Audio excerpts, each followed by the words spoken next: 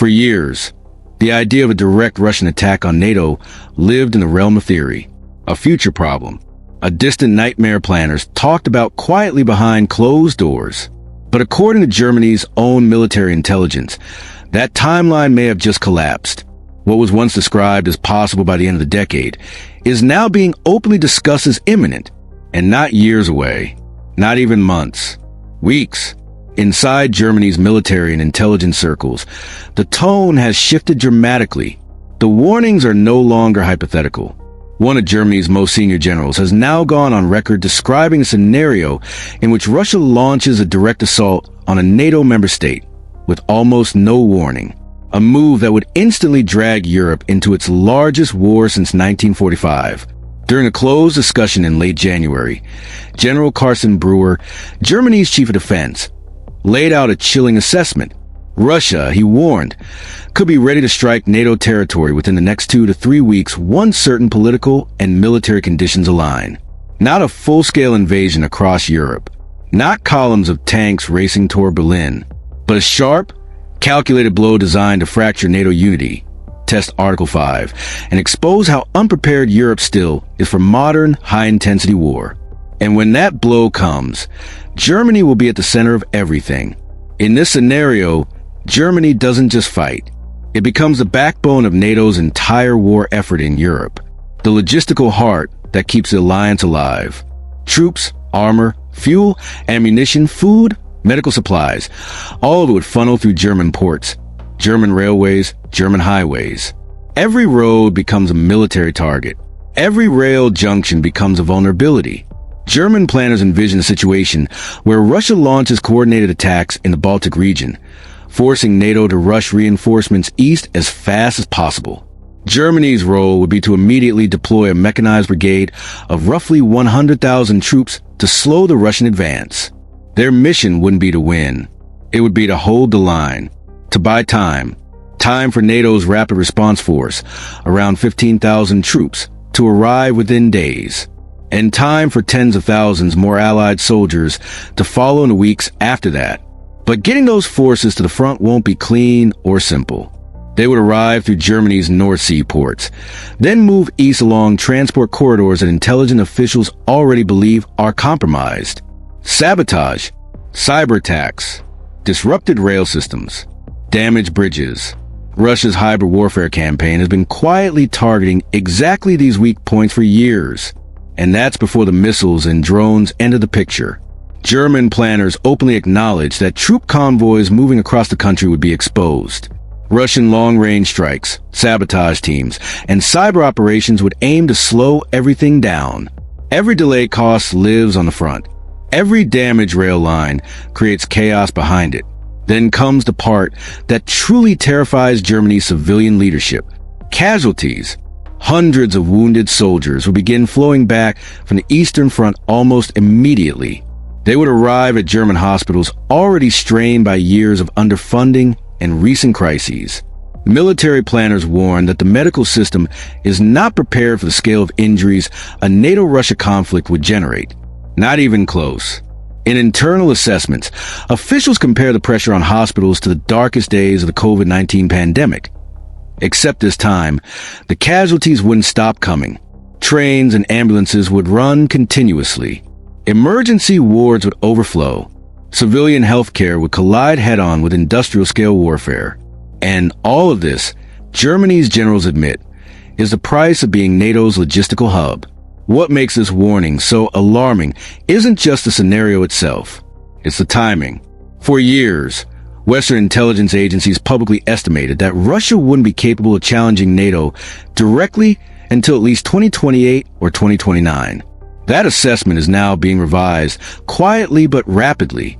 Germany's defense leadership now says a window for a potential Russian attack could open as early as 2028, possibly sooner if conditions change.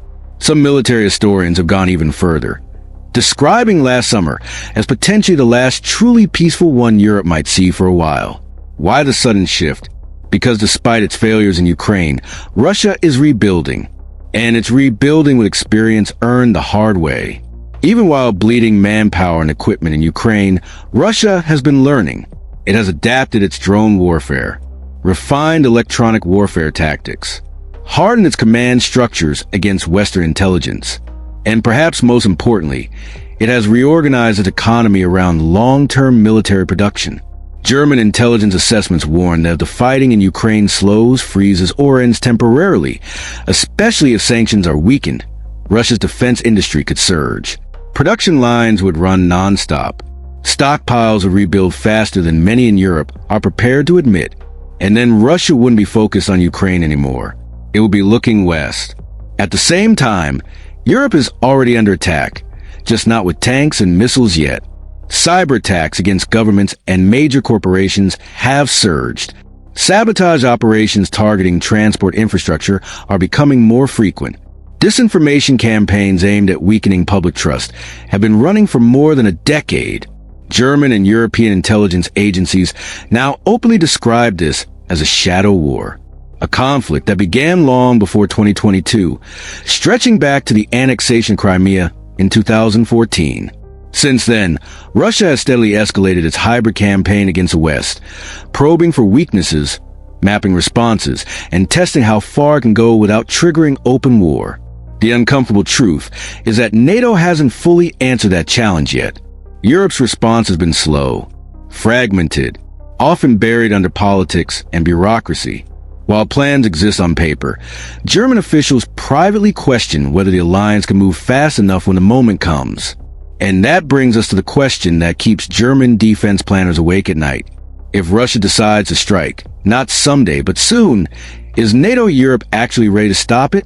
Because once that first move is made, there is no pause button, no second chance to prepare, no room for hesitation. And what happens next could redefine Europe's future for an entire generation. If you want to understand how close this really is, what NATO is doing right now behind the scenes, and where the biggest weaknesses still are, stay with us. And before we go any further, let me ask you this. Do you believe NATO would respond fast enough if Russia made its move tomorrow? Drop your thoughts in the comments. And if you want clear, no-nonsense breakdowns of where this war is heading and what comes next, make sure you're subscribed. This story is moving faster than most people realize. What makes the scenario even more dangerous is what a front line would actually form. Unlike the Cold War, the dividing line between NATO and Russia no longer runs through central Germany. It's far to the east now, stretched in across Finland, the Baltic states, and Poland, with one glaring pressure point that keeps appearing in every German war game: Kaliningrad. Russia's heavily militarized exclave sits wedged between Poland and Lithuania, like a loaded gun pointed directly at NATO supply routes. From Kaliningrad, Russia can project missile power across the Baltic Sea, threaten airspace, and disrupt any attempt by NATO to reinforce the eastern flank by land or sea. German planners openly admit that in the opening phase of a conflict, Kaliningrad would act as both a shield and a spear for Russia, complicating NATO's ability to move forces quickly and safely. And speed is everything. German intelligence assessments stress that the first days of a NATO-Russia conflict will be decisive. If Russia can seize ground quickly in the Baltics, even temporarily, it could present NATO with a brutal dilemma: escalate immediately and risk a wider war, or hesitate and allow Moscow to dictate the pace. That hesitation is exactly what Russian doctrine aims to create. This is why Germany's role as a logistics hub isn't just important, it's existential. Every Allied soldier heading east will rely on German infrastructure functioning under fire. Ports like Bremerhaven and Hamburg will become military lifelines. Rail networks would have to operate continuously, even while under cyber attack and sabotage. Bridges that haven't been tested for heavy armor in decades would suddenly carry the weight of modern warfare. German officials are now quietly acknowledging something that would have been unthinkable just a few years ago. Much of this infrastructure was never designed for sustained high-intensity war. During the decades after the Cold War, Europe optimized for efficiency, not resilience. Rail systems were privatized. Redundancy was removed. Capacity disappeared. In peacetime, it made economic sense. In wartime, it becomes a liability. Russia knows this. Intelligence reports indicate that Russian planners have spent years studying European logistics networks, identifying choke points, bottlenecks, and vulnerabilities. Cyber units have already tested access. Sabotage operations have already rehearsed disruption. What looks like random incidents on the surface often fits a much larger pattern when viewed through a military lens. This is why German defense officials are now speaking openly about the hybrid phase of war being well underway. The attacks may not yet involve tanks crossing borders, but they are already shaping the battlefield. Each disrupted rail line, each cyber intrusion, each disinformation campaign erodes response time when it matters most. And response time is exactly where NATO Europe is weakest. Even optimistic German war games show a dangerous gap between the moment Russia launches an attack and the moment NATO can bring overwhelming force to bear. The rapid reaction force may arrive within days, but the mass needed to stop the sustained Russian push would take weeks. Weeks during which frontline states would be under extreme pressure. Weeks during which political unity would be tested in real time. German planners fear that Russia is counting on that political friction as much as military weakness. Different NATO members have different threat perceptions, different red lines, different domestic pressures. Russia doesn't need to defeat NATO militarily. It only needs to fracture it politically. A limited but brutal strike could be enough to test whether Article 5 is truly automatic or whether it still depends on debate. That's why Germany is accelerating preparations that once seemed alarmist. Civil defense plans are being dusted off. Military mobility exercises are increasing. Hospitals are quietly being assessed for surge capacity. Officials are discussing how to manage mass casualties on a scale Europe hasn't seen in generations. And still, many insiders admit it may not be enough. One of the most unsettling conclusions in recent German intelligence briefings is this: Russia may not need to be fully ready to attack. It only needs to believe that NATO is not ready to respond decisively. In that window of perceived weakness, even a flawed assault could achieve strategic goals. That belief is reinforced by what Russia has learned in Ukraine. Despite catastrophic losses, Moscow has seen how slowly Western systems move, how cautious escalation can be, how long it takes to translate political will into battlefield effects. Those lessons matter far beyond Ukraine's borders. And now, as Germany looks east, the question is no longer whether a confrontation is possible. It's whether Europe can deter one convincingly before the countdown reaches zero. Because once deterrence fails, preparation becomes reaction. And reaction is always more costly than readiness. And there's one final factor that makes this entire situation even more volatile. One that could accelerate everything faster than planners expect. What truly terrifies German intelligence isn't just what Russia can do militarily. It's what Russia might do politically once the first shot is fired. Because the moment a NATO member is attacked, the war stops being about tanks and missiles and starts being about decisions made in minutes, not months. Article 5 isn't a weapon system. It's a promise. And promises are only as strong as the willingness to keep them when the cost becomes real. German officials privately worry about the opening hours of such a conflict more than any later stage. That's when confusion reigns. Information is incomplete. Attribution may be deliberately obscured. Russia's playbook would almost certainly avoid a clean, unmistakable invasion. Instead, it will begin with ambiguity. Cyber attacks that cripple power grids. Sabotage that shuts down rail lines. Missile strikes blamed on defensive measures. Unmarked forces stirring unrest. A flood of disinformation designed to fracture public opinion before leaders can even agree on what's happening. And while politicians argue, soldiers bleed. This is why German intelligence keeps returning to the same chilling conclusion. The most dangerous phase of the NATO-Russia war is a moment when Europe is still deciding whether it's already in one. Russia understands this better than anyone. Its doctrine doesn't rely on winning outright. It relies on forcing hesitation, on overwhelming systems designed for peace, on exploiting every delay. The goal isn't to occupy Europe. It's to shatter confidence in collective defense, to prove that NATO unity cracks under pressure. Germany sits at the center of that test. Every convoy, every train, every hospital bed becomes part of the battlefield. And unlike Ukraine, Germany has not fought a high-intensity war on its own soil in generations. Its society is prosperous, interconnected, and vulnerable to disruption. The shock alone would be enormous. German intelligence assessments warn that civilian morale could become a decisive factor. A sustained campaign of missile strikes, cyber outages, and economic disruption would be aimed not just at the military, but at the population itself. Russia would seek to make the war feel unbearable before NATO's full strength could be mobilized. And this is where the nightmare scenarios truly take shape. Because if NATO hesitates, even briefly, Russia may escalate further. Not necessarily with nuclear weapons, but with the threat of them. Strategic ambiguity cuts both ways. A single nuclear exercise, a public readiness alert, or a movement of strategic assets could freeze decision-making across Europe. German planners fear that the psychological pressure could be just as powerful as any missile. At the same time, Russia's own clock is ticking. Its economy is strained.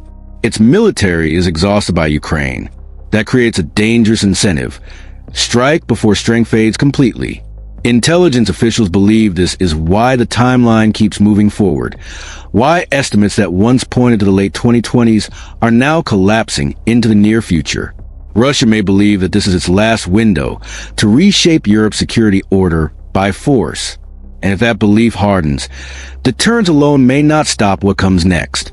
Germany, for its part, is trying to run faster than history. Rearmament plans are accelerating. Military budgets are swelling. Coordination with NATO allies is intensifying.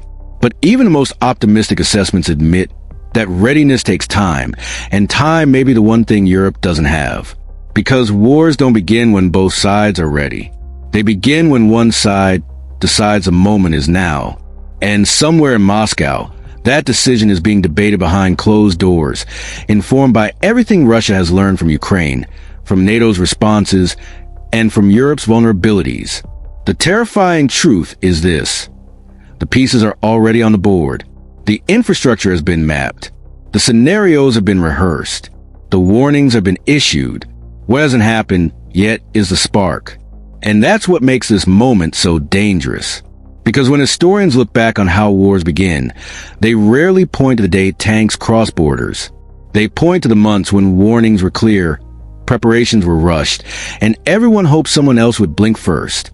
So here's the question you need to sit with as this video ends.